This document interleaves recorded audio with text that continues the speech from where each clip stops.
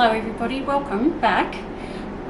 You just saw me move my chair, my office chair, into my reading space, so I'm just going to use this. I've got a fully booked day today of reading, so I'm going to use it for the day today and see how it goes, because I think I'm going to go get another one. It's really that good, and it really is. I've noticed a difference for sure when I'm sitting at my desk doing my work, and the chair that I've got for in here, while it looks pretty, it's just not working for my back.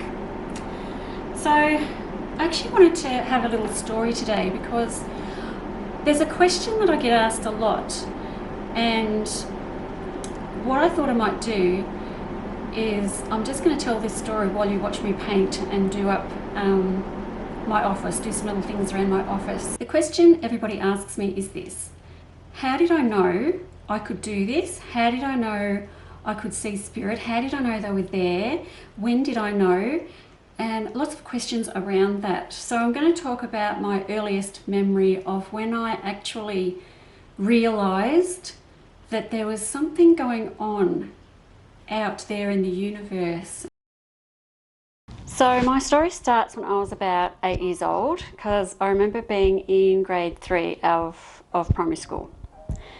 And at the time, me and my family, we lived really close to the river that runs through the centre of town, and there was also a sports oval next to that.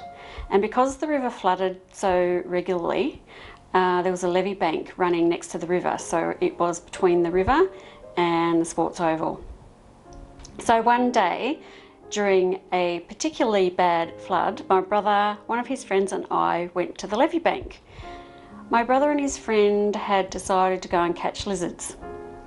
So they were on the riverside of the levee bank running around catching lizards, while I sat on top of the levee bank with my legs crossed, and I was just sort of watching them.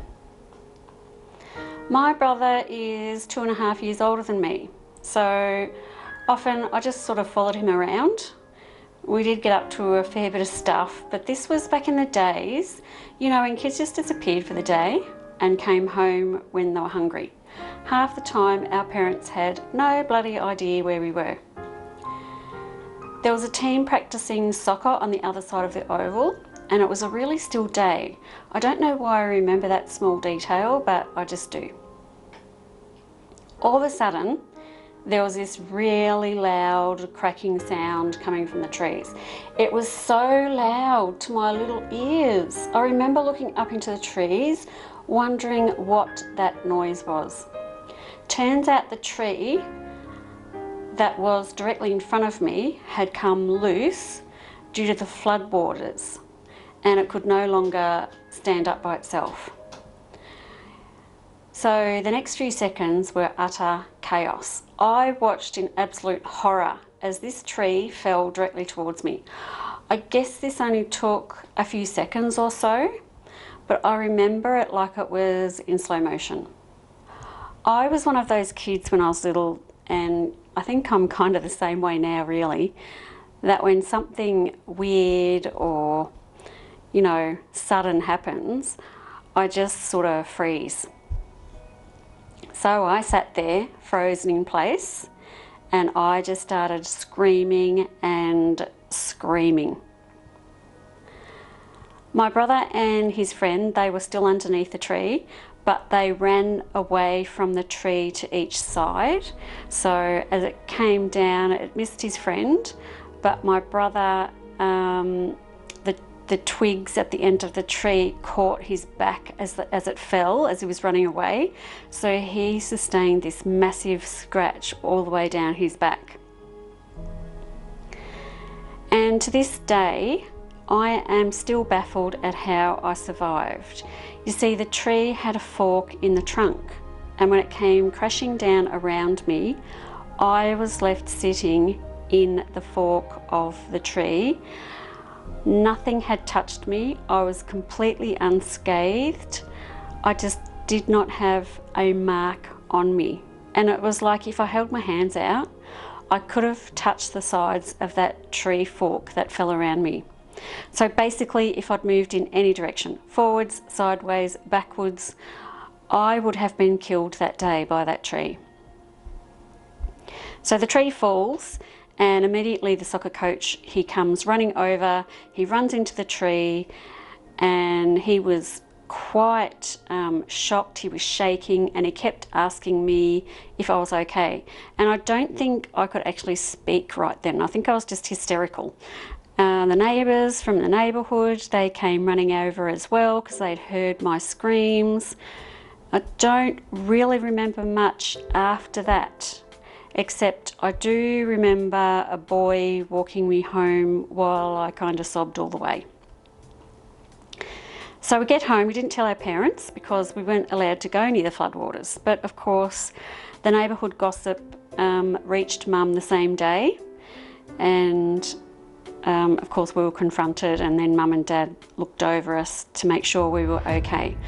And I don't remember getting into trouble, and I guess how could we? They were probably just glad we were bloody well alive. I do remember my brother's back though, and how he had like this skin gouged all the way down his back, down his spine, and that was pretty awful to see. But he was okay, like it was minor injuries. He didn't have to go to the hospital or anything. And then the next day at school, I was telling my friends. And it was at this point, only when I was sort of retelling the story, I think I had this overwhelming feeling that I actually should have been dead. And that was a lot for my little 8-year-old brain to fathom, but it was enough that I still remember that was the moment that I felt this kind of knowing or realization that I must have had someone watching over me, that I knew I had a guardian angel who saved me that day. So that's my first memory of knowing that there was something else over there in another place, and it was good and it was protective. And I know a lot of you are going to say, oh, well, that was just good luck that you were sitting where you were, but you know, I really don't think so.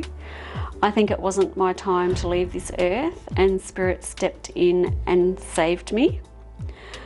Of course, I didn't know who my guardian angel was then, but I did meet him when I was around 18.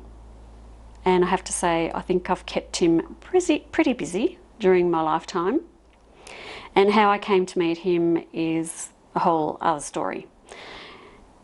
Anyway, that's it. I was 8, and that's what happened when I kind of thought, that's it. There's something else going on, and we're not here by ourselves. Do you have a story like that? I'd love to hear it. I know that there are so many stories like this out there, and I just find them so intriguing, some of them so impossible. How do you walk away from these situations? It's just really intriguing to me.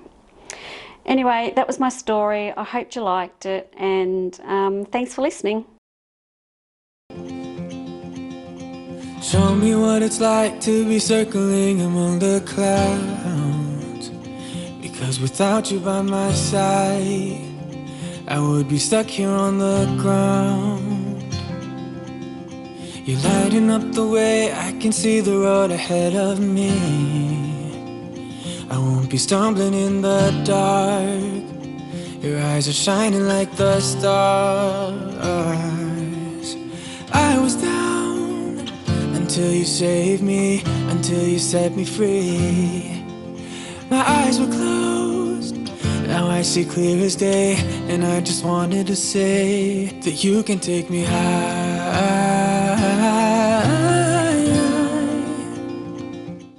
Okay, I've just put some finishing touches to my study. I'm not quite finished, I don't think, but I'll give you a little study tour, I suppose, just to see how it looks. I'm really happy. This room used to be a dead hole. It never got used. The carpet was awful. The colour of the walls was like this mushroomy pinky colour. Hated it. The window furnishings, the coverings were vertical blinds. Shocking. Everything has been, I've done the carpet, I've painted the room myself, and the curtains, I just got cheap ones cheap curtains from IKEA and rods, cheap ones as well. Did it all myself. So basically, here it is. I'll give you a little look. So just walking in from the living area, here's the cupboards that I painted. This has all taken a couple of weeks, by the way. This hasn't happened overnight. So I grabbed a little runner and those two little baskets because that's where I just throw my keys at the end of the day. My desk, which finally I have the legs and everything painted. You saw me do that with my beautiful new chair. So I actually bought a keyboard and a stand for the laptop. That makes that so much easier to work with now. Behind the desk here is the shelf that I put up. A couple of hooks on this side to hang these are stencils. Up the top there's a lot of art supplies. I do a bit of painting, I do journaling, I do art. I might show you all that one day. Beautiful dream catcher. I got this from my sisters for my 50th birthday, so that's really nice. Now this cupboard here, this is probably going to be my next project because everything in here is like really bright white, and I painted this. This was wood. I painted this probably, oh God, 15 years ago, and it doesn't quite match. I might get around to that one day, but not yet. What else? Oh, my beautiful IKEA light fitting. Highly recommend. I just love it so much. It just makes the room. People walk in and the first thing they do is look up at that light fitting and say that they love it. So light fittings make a big difference. Here across from the desk is where I have a TV going. There's an old fireplace. I do not use that anymore. One day that'll get taken out. On the mantelpiece, this is where I've put my mum's typewriter, which I brought home from Dad's, and she's actually started writing a letter here to a friend of hers. So this is quite sentimental. Just some fake flowers and a real plant, and basically the rest is self-explanatory. That's a fake plant over there. That was only like $20 from a cheap shop. And here's the curtain. So this used to have vertical blinds, which are way out of fashion now. So what I've done is I bought the rails and I put them way up high near the roof. My windows are not that high, but I put the rails right up near the roof. The curtains here are all from IKEA, so not expensive at all. Really happy with how that corner of the room turned out too. This room has exceeded my expectations. It looks amazing. I love sitting in here and working. This is where I do all my editing. This is where I do all my bookwork for my business.